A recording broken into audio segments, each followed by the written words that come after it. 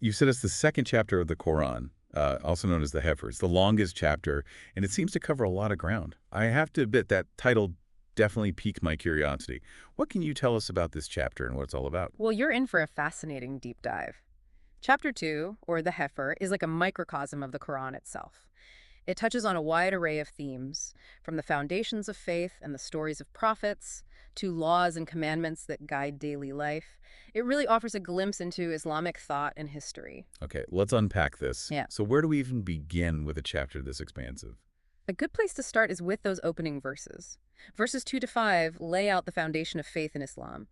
It emphasizes belief in the unseen, like angels in the Day of Judgment, the importance of prayer and charity, and the belief in divine revelation. These are all fundamental tenets of Islam, and this chapter really stresses their importance. So right from the start, it sets the stage for what it means to be a Muslim. Exactly, and it all circles back to a core concept called tawhid, which means the oneness of God. This is the bedrock of Islamic belief, the idea that there is only one God, and that He is the ultimate source of all creation and guidance. That makes sense. So it's not just about performing rituals, it's about understanding the underlying belief system. You got it. And as we move through the chapter, we see how this concept of tawhid influences everything, from how Muslims view the world to how they interact with others. Now, verses 620 seem to shift gears a bit. We get some pretty strong warnings about those who disbelieve. There's talk of God sealing their hearts and the consequences they might face. What's the tone and purpose of these verses? These verses do have a more cautionary tone, but it's important to remember that the Quran uses vivid imagery and parables to convey spiritual truths. So when it talks about God sealing hearts, it's not meant to be taken literally. Instead, it's a metaphorical way of describing how those who reject faith might become closed off to guidance. So it's more about the spiritual consequences of disbelief, rather than physical punishment. Right, and the imagery used, like a kindled fire being suddenly extinguished, is meant to evoke a sense of being lost in darkness or missing out on a greater truth. It's like those parables you find in other religious texts, a way to make abstract spiritual concepts more relatable. Exactly. Now, one of the most well-known stories in this chapter, and really in all of Abrahamic religions, is the story of Adam and creation. Ah, yes. Verses 30 to 39, the creation of Adam, the angels questioning God, Satan's refusal to bow, and the expulsion from the Garden of Eden. I've heard variations of this story before, but what are some of the key takeaways from an Islamic perspective? This story, while similar to other Abrahamic traditions, has some unique elements in the Islamic context. For example, in Islam, Satan is not seen as a fallen angel, but as a jinn, a being created from smokeless fire, who, like humans, has free will.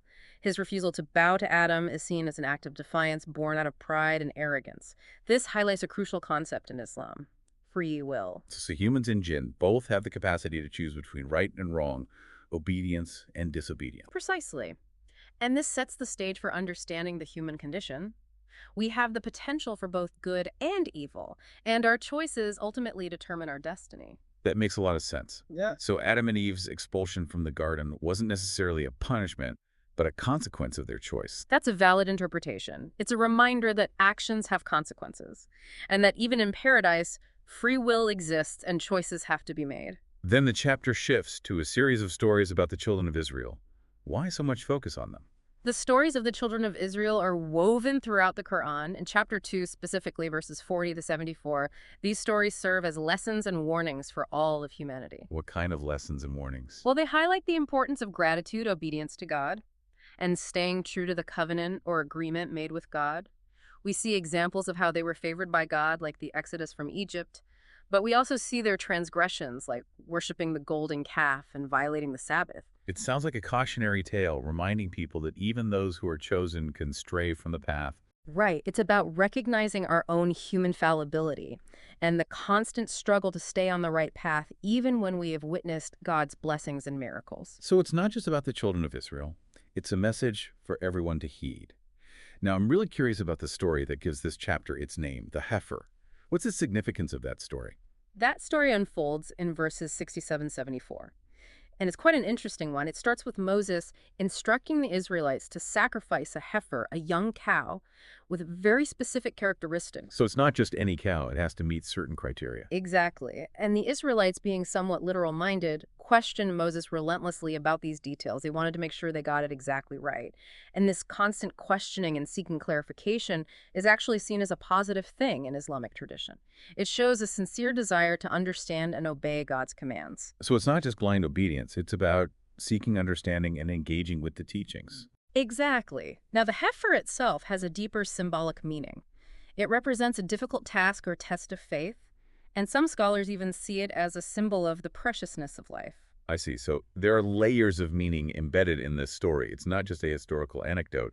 It's a lesson about obedience seeking knowledge and the value of life. That's a great way to put it. And speaking of lessons, this story of the heifer directly leads into a discussion of the covenant God made with the children of Israel. Okay, let's talk about that. Yeah. What does the covenant entail, and what happens if it's broken? Well, verses 83, 86 laid out pretty clearly. The children of Israel were commanded to worship only God, to be kind to their parents and relatives, to care for orphans and the needy, to speak kindly, to pray regularly, and to give alms. But then we see a warning or a reminder that they turned away and violated this covenant. And what were the consequences of breaking the covenant? The verses describe internal conflict, violence, breaking promises, and even evicting people from their homes.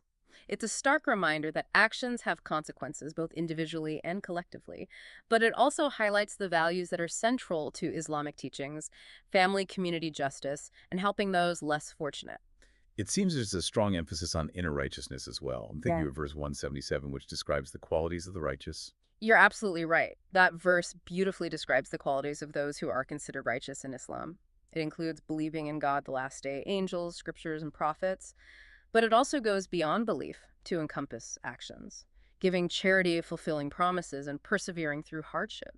So it's not just about what you believe, but how you live your life. Exactly. And it ties into the concept of ihsan, which means striving for excellence in both character and deeds. It's about aligning your inner beliefs with your outward actions, going above and beyond just fulfilling the basic requirements. So this concept of ihsan adds another dimension to the idea of righteousness. It's not just about following the rules, but about striving for a higher level of virtue and excellence in everything you do. Yes, it's about embodying those values in every aspect of your life. Now, this idea of personal responsibility for your choices comes up again in verses 142, 152. What do those verses tell us about the idea of free will and making choices? These verses are really fascinating. They talk about seeking guidance, the freedom of religion, and the importance of remembrance and gratitude. But underlying it all is the message that you're ultimately responsible for your own choices and actions. It seems like a balance between seeking guidance from God, but also understanding that you have the free will to make your own decisions, and that those decisions have consequences. That's a great observation. It highlights the dynamic between divine guidance and human agency in Islamic thought. You are given guidance, but you also have the choice to follow it or not, and you will be held accountable for those choices. So it's not a passive faith, it's an active one, where individuals are called to engage with their faith and make conscious choices. Exactly. It's about taking ownership of your spiritual journey and striving to live a life that is pleasing to God while understanding that you have the freedom to choose your path. It's remarkable how this chapter manages to cover so much ground in such a short span. We've journeyed through creation, covenants, prophets, and touched upon the importance of inner righteousness and the interplay of faith and action. And we've only just begun to scratch the surface. Chapter 2 is rich with insights, stories, and teachings. There's still much more to uncover as we delve deeper. It really is amazing how much is packed into this one chapter, and you're right, we've barely scratched the surface. As we dive deeper into chapter 2, I've noticed that there are a lot of verses addressing the people of the book, specifically Jews and Christians. What is the Quran's perspective on these other Abrahamic faiths? That's a great observation. You're right, there are several passages in this chapter and throughout the Quran that directly address Jews and Christians, recognizing them as people of the book who have received divine revelation. So there's an acknowledgement of a shared heritage and a common thread of belief. Exactly. For instance, verses 111, 113 talk about the concept of salvation and reject the idea that only Jews or Christians will enter heaven. The Quran emphasizes that anyone, regardless of their background, who submits to God and does good deeds will be rewarded. It sounds like a call for understanding and inclusivity, recognizing the potential for righteousness in all faiths. You could interpret it that way. Yeah. These verses highlight that salvation isn't limited to a specific group or religion, but is open to all who sincerely believe in God and act righteously. And it goes on to criticize those who prevent the remembrance of God in places of worship or contribute to their ruin. This can be seen as a call for tolerance and respect towards different faiths and their sacred spaces. That's a really powerful message, especially in today's world, where religious intolerance can lead to conflict and division. Absolutely. It underscores the importance of interfaith dialogue, understanding, and respect, which are crucial for peaceful coexistence. But I also noticed that there are passages that point out differences and disagreements with these other Abrahamic faiths. It's not all just calls for unity. That's true. The Quran doesn't shy away from acknowledging differences in beliefs and practices. For example, in verses 91-93, there's a discussion about why some people of the book might reject the message of the Quran, even if it confirms scriptures they already hold. And it brings up the story of the golden calf again, right? As an example of how people can stray from the path even after receiving guidance. Precisely. It serves as a reminder of the human tendency to forget commitments and fall back into disobedience, even after witnessing miracles and receiving clear guidance, and it highlights the challenges of upholding faith and remaining true to God's teachings. It seems like this chapter skillfully weaves together stories from the past with guidance for the present and the future. Yes, it does. The Quran often uses historical narratives and parables to illustrate timeless spiritual and ethical principles. It's a way of connecting the past, present, and future, drawing lessons from historical events and applying them to contemporary life. I also noticed a passage about the importance of clear communication. It seemed to emphasize speaking respectfully and listening attentively. Was that in verse 104? Yes, you're referring to the verse that instructs believers to avoid ambiguous language and to speak with respect and clarity while being mindful listeners. This verse highlights the importance of sincere and meaningful dialogue in all aspects of life. So it's not just about what you say, but how you say it. Right. It emphasizes the importance of thoughtful and considerate communication, recognizing that words have power and can be easily misinterpreted. This is crucial for resolving conflict, building understanding, and strengthening relationships. That makes sense, especially in today's world where communication could be so easily misconstrued, especially online. It's a reminder to be mindful of our words and to make an effort to understand others. Now, this chapter doesn't shy away from controversial topics. I'm thinking about the passage that talks about those who learned witchcraft from devils during the time of Solomon. Yes, that passage is in verses 102-103, and it's often a subject of debate and interpretation. Some see it as a cautionary tale about the dangers of seeking forbidden knowledge or using knowledge for harmful purposes. It can also be interpreted as a warning against associating partners with God, which is considered a major sin in Islam. So it's a complex passage with multiple layers of meaning. It seems like a reminder about the potential for knowledge to be misused and the importance of using wisdom and discernment in our pursuit of knowledge. Exactly. It highlights that knowledge itself isn't inherently good or bad. It's how it's acquired and used that determines its impact. This passage encourages reflection on the ethical implications of knowledge and the importance of seeking knowledge that aligns with God's guidance. Shifting gears a bit, I noticed that this chapter also delves into some very practical matters, like marriage, divorce, inheritance, and financial dealings. It seems surprising that a religious text would provide such specific guidance on everyday life. It might seem surprising, but in Islam, faith isn't compartmentalized. It encompasses all aspects of life, providing guidance for both spiritual and practical matters. The Quran and the teachings of Prophet Muhammad offer a framework for navigating the complexities of human existence, from the personal to the societal. So these verses about marriage, divorce, and inheritance are about providing a framework for creating a just and equitable society. Yes, and ensuring that individual rights are protected. For example, verses 228-232 outline the rights and responsibilities of both men and women during divorce, emphasizing fairness and equitable treatment. So it's not just about laying it out of the law, but about ensuring fairness and compassion, even in difficult situations like divorce. Exactly. And this concern for justice extends to all aspects of social and economic life. Verses 275-280 strongly condemn usury or lending money at exploitative interest rates. It emphasizes that wealth should be earned through honest means, not through exploiting others. It sounds like an early form of economic justice, recognizing that financial systems should be based on fairness and ethical principles. It's about creating a society where economic activity is rooted in morality and compassion, not just profit. And it's about recognizing that our actions have consequences not just in the hereafter, but also in this world. Now, we can't forget one of the most famous verses in the Quran, often referred to as the throne verse. Verse 255. It's known for its powerful description of God's majesty. It's truly a breathtaking declaration of God's power and attributes. The throne verse emphasizes God's qualities as the living, the everlasting, the all-knowing, and the all-powerful.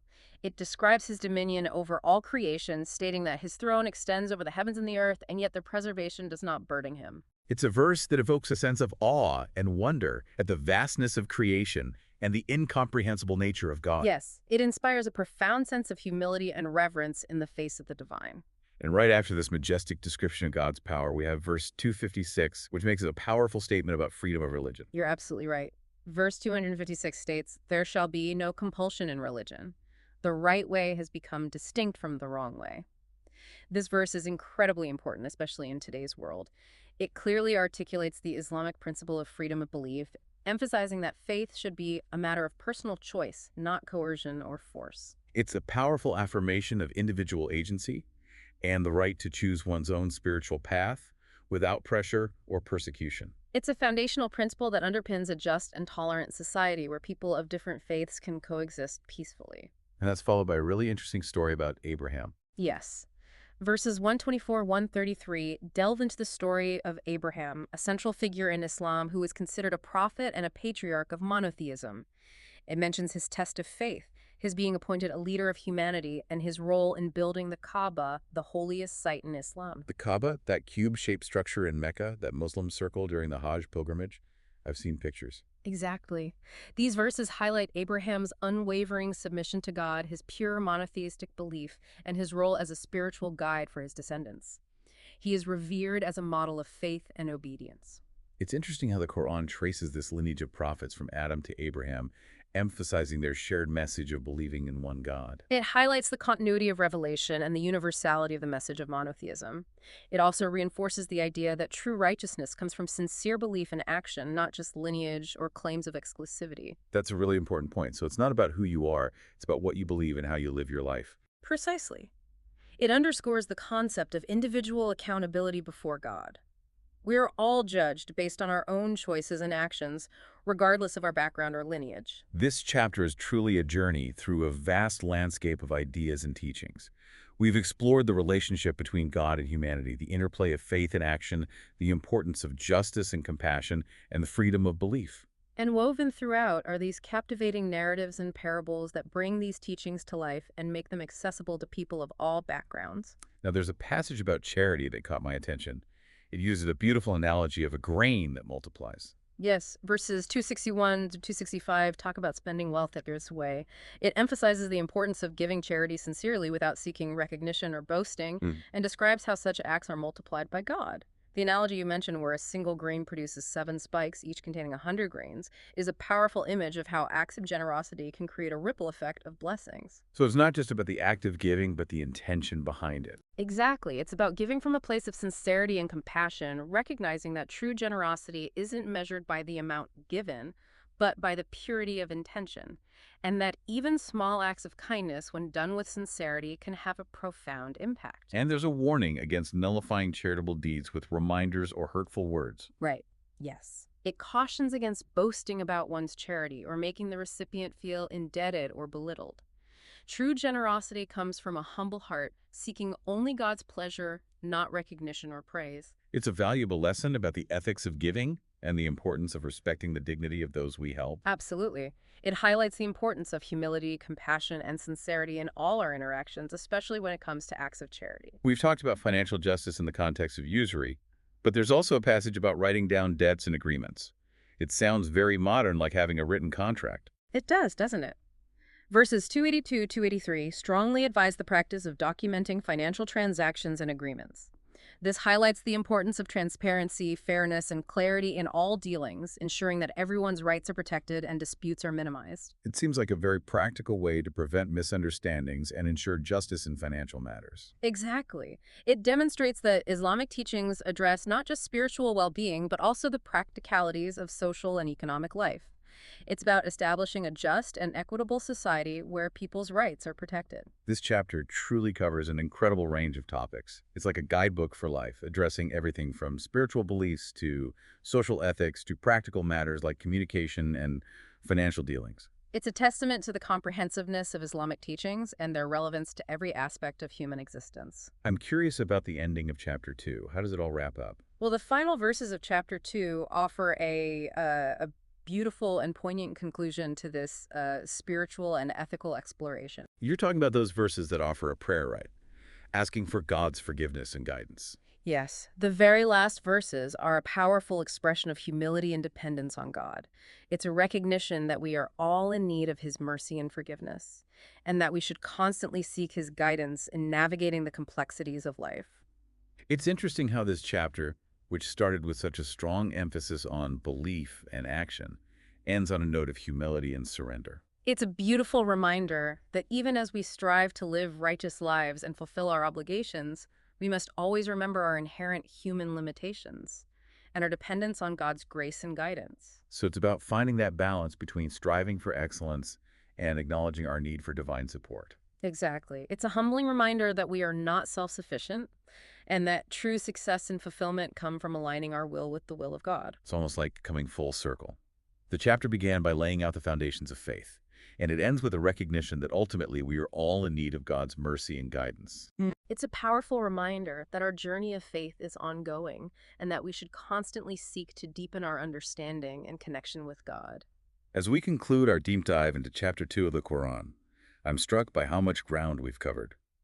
We've explored the stories of Adam and the children of Israel, delved into the concept of Tawheed, the oneness of God, and learned about the importance of concepts like Ihsan, striving for excellence in both character and deeds. We've also examined the Quran's perspective on other Abrahamic faiths, explored its teachings on social and economic justice, and witnessed its emphasis on personal responsibility and ethical conduct. It's been a truly enlightening journey, and I feel like I've gained a deeper appreciation for the richness and complexity of the Quran. I'm glad to hear that Chapter 2 offers a profound glimpse into the heart of Islamic teachings and values, inviting us to reflect on our own beliefs, our relationship with God, and our responsibilities to ourselves and others. And for those listening who may be unfamiliar with the Quran, this chapter serves as a great starting point, touching on so many fundamental themes and concepts. It's a chapter that invites us to ponder the big questions of life: creation, purpose, free will, and our relationship with the divine. And it offers guidance for navigating the complexities of human experience, from personal matters like faith and family to social issues like justice and compassion. It's been a privilege to unpack this chapter with you and to glean these insights. The pleasure was all mine. I hope this deep dive has encouraged our listeners to explore the Quran further and to discover its timeless wisdom and relevance for themselves. I have a feeling that many of our listeners will be doing just that. Thank you for joining us on this incredible journey through Chapter 2 of the Quran, also known as the Heifer. It's a chapter that leaves us with much to contemplate and to apply to our own lives.